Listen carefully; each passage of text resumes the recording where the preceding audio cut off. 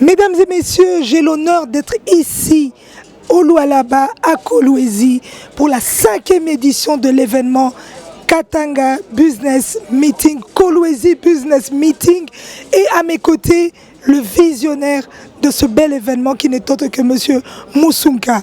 Bonjour. Bonjour Madame Ika. Comment allez-vous? Très bien, très bien. Et vous? Oui, je vais super bien. En tout cas, merci pour cette invitation et merci de nous faire vivre ce genre d'événement.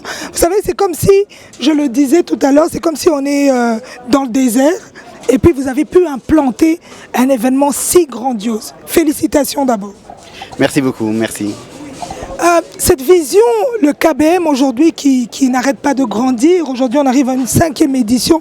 En tant que visionnaire, est-ce que vous êtes satisfait de cette évolution ? Oui, je suis satisfait de cette évolution. Nous avons eu quelques années d'absence, principalement dû aussi au Covid. Mais voilà, là nous revenons en force. L'année dernière, nous avons fait en une année 2 villes, en une semaine quasiment. Et cette année, nous avons un focus sur Kolwezi qui répond très positivement dans une croissance. Tant au niveau des panélistes, nous avons vraiment eu un feedback positif des différentes interventions, des différents échanges. Nous avons des personnalités très importantes. Et puis je trouve qu'au niveau des échanges, c'était très fructueux, très prometteur. On se donne rendez-vous dans nos conversations avec des objectifs pour l'année prochaine.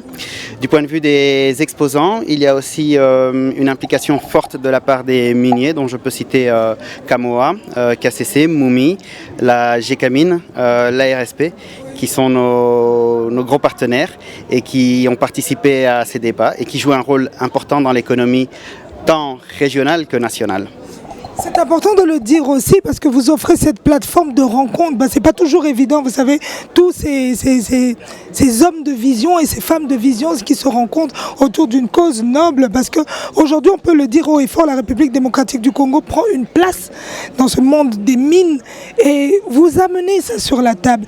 Est-ce que quand vous avez des retours, vous vous dites on avait besoin de ce genre d'événement dans cette partie du monde ? Oui, je pense qu'on a besoin de ce genre d'événement principalement à Kolwezi. Je vais d'ailleurs rajouter TFM qui fait partie des sociétés minières qui sont impliquées dans le KBM et qui nous soutiennent depuis le début. Et moi, je pense que quand on regarde les forums économiques miniers, dont l'un des plus gros se trouve à Indaba, oui, pourquoi pas le faire à Kolwezi, qui est la capitale du cobalt et qui est une des zones les plus impliquées dans le secteur minier en Afrique. Donc je pense que oui, ce forum a lieu d'être et il est très bien placé à Kolwezi. Il est très bien placé à Kolwezi, 5e édition. Qu'est-ce que vous retenez des éditions précédentes? Quelle est la différence aujourd'hui que vous nous avez apportée? Parce que 1, 2, 3, 4, 5, à un moment donné, vous devez vous dire, ok, non, la question, quelle est l'édition qui vous a le plus marqué? L'édition qui m'a le plus marqué, c'était en 2015. On a battu notre record en termes d'exposants. Donc de ce point de vue-là, c'était un top record. Il y avait vraiment une représentativité des entreprises de secteurs différents. Sur le secteur agricole aussi, il y avait une forte présence, là où aujourd'hui, on a moins d'implication. Mais de ce temps-là, un des points faibles, c'était les conférences. Et aujourd'hui, en fait, on se retrouve dans un schéma inversé, où effectivement, déjà votre présence témoigne de la qualité de nos hôtes. Mais du point de vue panéliste, on a vraiment des renoms, des CEO, des directeurs généraux qui sont impliqués. Et donc on a, je dirais que oui, cette édition en termes de panélistes est l'édition qui me marque le plus, qui est la plus positive. On a probablement moins d'exposants, mais qui sont très qualitatifs. Donc finalement, oui, pour parler du passé, en tout cas, ce serait 2015. Et je peux dire que cette édition de 2024 marquera en tout cas l'histoire du KBM et voilà, ça tombe bien que ce soit aux 5 ans.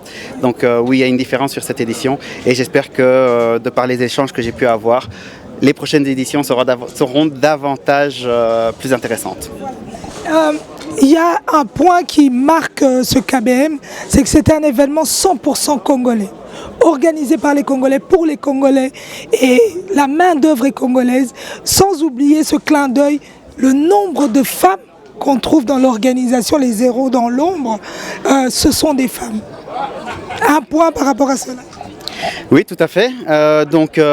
Pour moi, c'est une fierté en tout cas de pouvoir m'appuyer sur une équipe congolaise. Et c'est logique. Voilà, on est tous professionnels. On a fait des formations aussi au sein de nos équipes. Et il y a effectivement, je peux citer en tout cas mon épouse avec qui je travaille au quotidien, qui est déjà une femme. Et nous avons effectivement confié le poste de chef d'agence à Noémie Assoumani, qui est une femme très professionnelle. Et dans tout le restant de notre équipe, voilà, on est en fait à 50% de femmes contre 50% d'hommes sur toute l'année. Et pendant le KBM, la présence féminine dans notre équipe passe à 80%. Donc on peut dire que si le KBM est une réussite, en tout cas les femmes y sont pour quelque chose. Bravo pour cela, monsieur. Et on va clôturer avec cette question. Qu'est-ce que vous nous promettez pour la 6e édition? Pour la 6e édition, c'est très probablement un retour sur Kolwezi. Voilà, et on va garder la même période. Donc ce sera la première semaine du mois de mai, en principe. On espère atteindre les 150 exposants qu'on avait en 2015, avec le même, si pas mieux, niveau de panélistes. Merci beaucoup et encore félicitations. On se donne rendez-vous l'année prochaine.